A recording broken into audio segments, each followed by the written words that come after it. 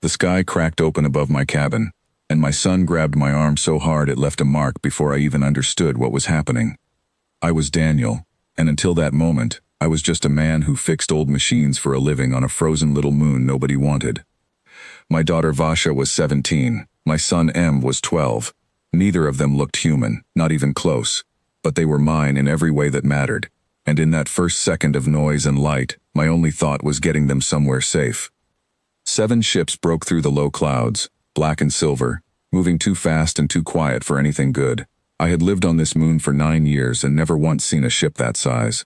My hands found the old rifle by the door out of pure habit, though some part of me already knew it would be useless against something like that.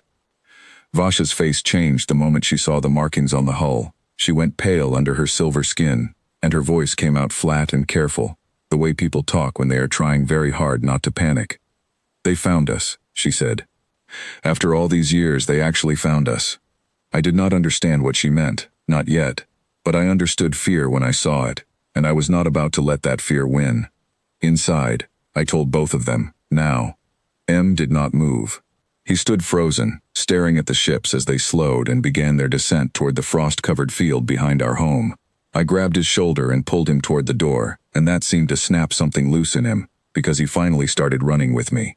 We had maybe 90 seconds before the ships touched down.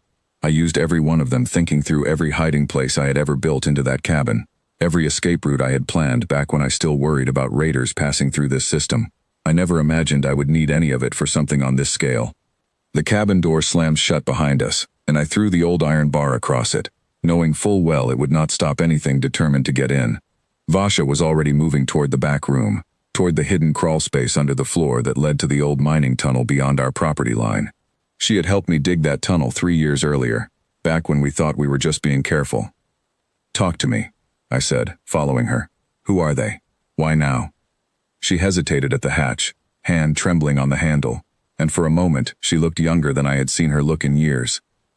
"I never told you everything about where we came from," she said. "I was afraid if you knew the truth you would treat us differently. I did not want to lose the only real family I ever had." There was no time to unpack that. Outside, the ground shook as the first ship touched down, close enough that dust rained from the rafters above us. "Whatever it is," I said, "we deal with it together. Now move." She pulled the hatch open, and cold air rushed up from below. M dropped in first, quick and practiced, the way we had drilled a dozen times for emergencies that never came. Vasha went next. I paused only long enough to grab the small emergency case by the door, the one with medicine, food, and the only photograph I had of the 3 of us together, before dropping in behind them and pulling the hatch closed above my head. The tunnel was narrow, barely tall enough to stand in, lit only by a string of small lights we had installed for exactly this kind of situation. Above us, I heard heavy footsteps crossing the frozen yard, unfamiliar voices speaking in a language I did not recognize, calm and organized, nothing like raiders looking to steal supplies. "They are not here to hurt anyone," Vasha whispered suddenly, stopping in the tunnel. "Listen to how they are speaking. That is not how soldiers talk when they plan to cause harm. That is how they talk when they are searching for something they are afraid to lose." "Or someone," I said, watching her face carefully. She did not answer, but she did not need to. The truth was written across every line of her expression. We kept moving through the tunnel, deeper into the hillside, until the sound of footsteps above faded into nothing. When we reached the far exit, hidden behind a fallen slab of rock near the tree line, I stopped everyone and listened for a long moment before pushing it open. The field beyond was empty and quiet, snow glowing faintly under the pale morning light. For a moment I actually believed we had escaped whatever was happening back at the cabin. Then a voice spoke from directly behind us, calm and clear, translated instantly by some small device into words I could understand. "There is no need to run, Daniel. We are not your enemy." I spun around, pushing both kids behind me, and found myself facing a tall figure in ceremonial armor, unarmed, hands open and empty, and a gesture I recognized immediately, because it was the same gesture I had once used to calm a frightened child in a wrecked escape pod many years earlier. "My name is Kira," the figure said. "I am here on behalf of a fleet that has searched every dead system in this region of space for nearly a decade. We are not here to take anything by force. We are here because we finally found what we thought was lost forever." Vasha stepped out from behind me, chin lifted, voice steady despite everything. "You are looking for us," she said, "for me and my brother." Kira's expression shifted into something I had not expected from someone dressed for battle. Relief, mixed with something close to grief finally being allowed to rest. Your parents served the highest council of our people, Kira said. When their transport was destroyed 9 years ago, we lost all trace of the 2 children who had been traveling with them. We searched every debris field, every neighboring system, every possible crash site. We were beginning to accept that you had not survived. I felt my chest tighten at those words, because I remembered that crash site clearly. I remembered pulling the hatch of that pod open with nothing but a pry bar and my own stubbornness, and finding 2 frightened children huddled together in the cold, refusing to let go of each other even as I tried to help. They survived because of him, Vasha said, gesturing toward me without hesitation. He found us. He raised us. Whatever position we are supposed to have in your world, none of that matters more than what he gave us. Kira studied me for a long moment, and I could see calculations happening behind those eyes, weighing what my presence meant for whatever plans had brought 7 ships across the stars to a moon nobody wanted. We mean your family no harm, Kira said finally. But I must tell you something you need to hear before anyone else arrives. We were not the only ones searching for these children. The air seemed to grow colder around us. There is a faction within our own people who wanted the children gone permanently after the transport was destroyed, Kira continued.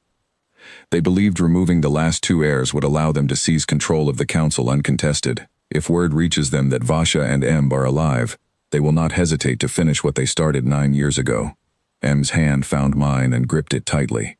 I had spent years teaching him that fear was something you faced honestly, not something you hid from, and I could see him trying to apply that lesson now, even as his whole body trembled. How much time do we have, I asked, before that faction learns we are here? Less than we would like, Kira admitted. Our arrival was meant to be quiet, but nothing stays hidden for long once ships this size enter a system. If they have any listening posts nearby, they may already know. As if summoned by those words, a distant sound rolled across the sky, a low hum entirely different from the ships that had landed earlier. Kira's head snapped toward the horizon, posture shifting instantly into something sharper and more alert. That is not one of ours, Kira said quietly. My stomach dropped. Whatever calm had settled over the moment vanished completely. We need to move, Kira said. Now. We ran back through the tree line toward the landed ships, Kira leading the way with a speed that made it clear the calm approach only moments earlier had been a choice, not a limitation. Behind us, the hum grew louder, closer, unmistakably heading straight for our position. Can you get us off this moon before they arrive? I asked, breathless, keeping pace beside Vasha and Emb. That is exactly what I intend to do, Kira answered. We broke through the tree line just as the first ship's ramp lowered fully, revealing a wide interior corridor lined with more figures in the same ceremonial armor Kira wore. They moved aside instantly as we approached, forming a clear path toward the ship's center, their expressions a mix of shock and something close to disbelief at finally seeing the 2 children they had spent years searching for. Get them aboard, Kira ordered. Prepare for immediate departure.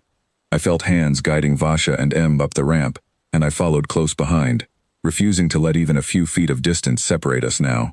The moment we stepped inside, the ramp began rising, sealing the corridor from the cold air outside. Through a narrow viewport, I caught sight of the unfamiliar ship breaking through the clouds, faster and sleeker than anything I had ever seen, closing the distance toward our position with obvious intent. They are hailing us, a voice called from somewhere deeper in the ship, demanding we hand over the 2 passengers immediately. Ignore it, Kira said. Prepare evasive course. We are not surrendering anyone. The ship shuddered beneath us as engines came online, and I grabbed both kids and pulled them down against a wall, bracing for whatever came next. M's breathing came fast and shallow, but he did not cry out, did not panic in the way I might have expected from a boy his age facing something this far beyond anything either of us had trained for. You are doing great, I told him, keeping my voice steady even though my own pulse hammered against my ribs. Just stay close to me. The ship lifted off the frozen field, and through the viewport I watched my cabin, the only home these kids had ever known, shrink rapidly below us. There was no time for grief over leaving it behind, not with the hostile ship closing in fast enough that alarms began sounding through the corridor around us.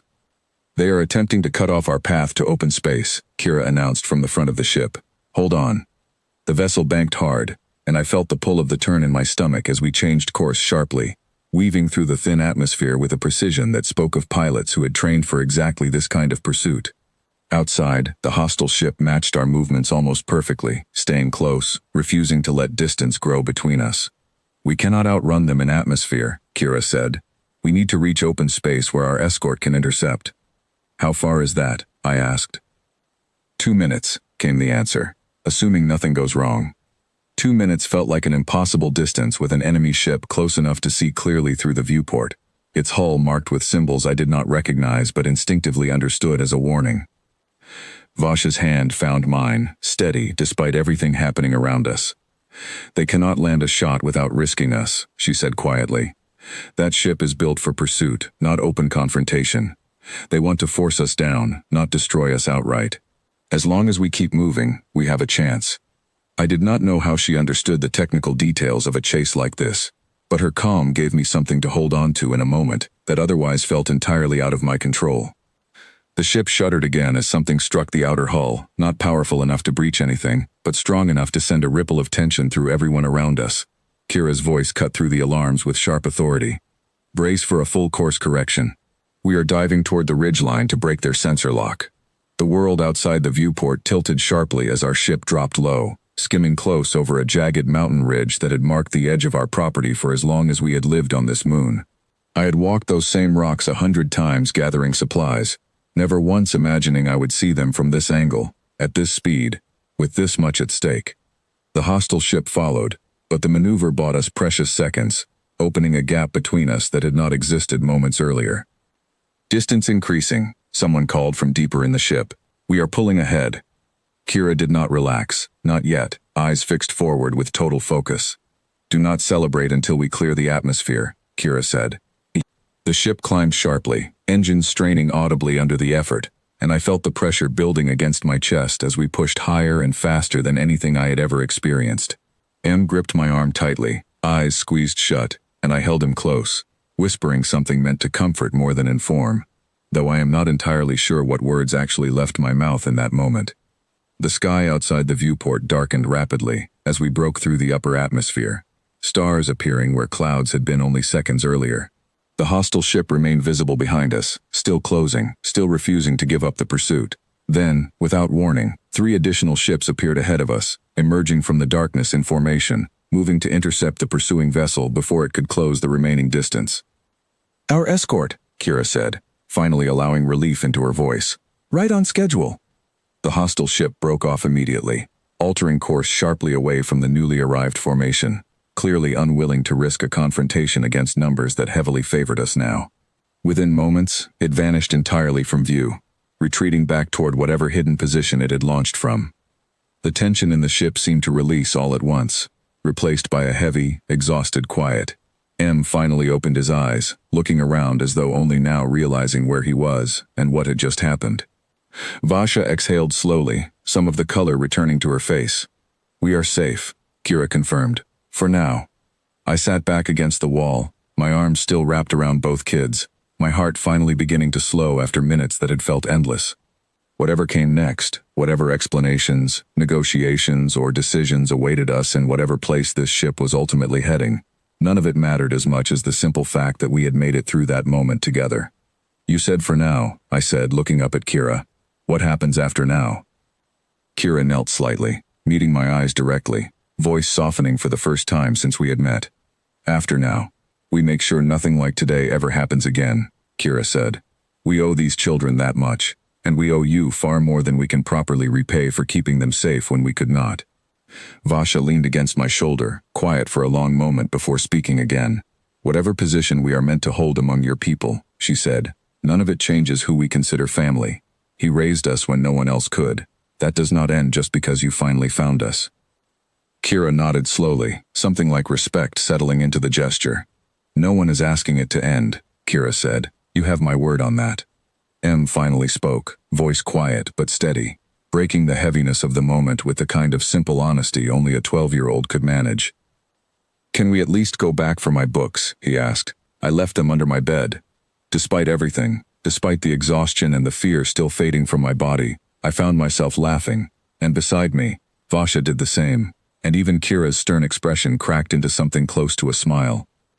Whatever waited for us next, whatever new world these children were about to step into, I understood clearly in that moment that nothing about who we were to each other would change. I had found two frightened children in a wrecked escape pod 9 years earlier, and no fleet, no faction, no distant council of strangers could ever undo what we had built together since that day. We had survived the crash. We had survived the years of quiet uncertainty that followed it. And now, together, we had survived this too. Whatever came after, I already knew we would face it exactly the way we had faced everything else. Together.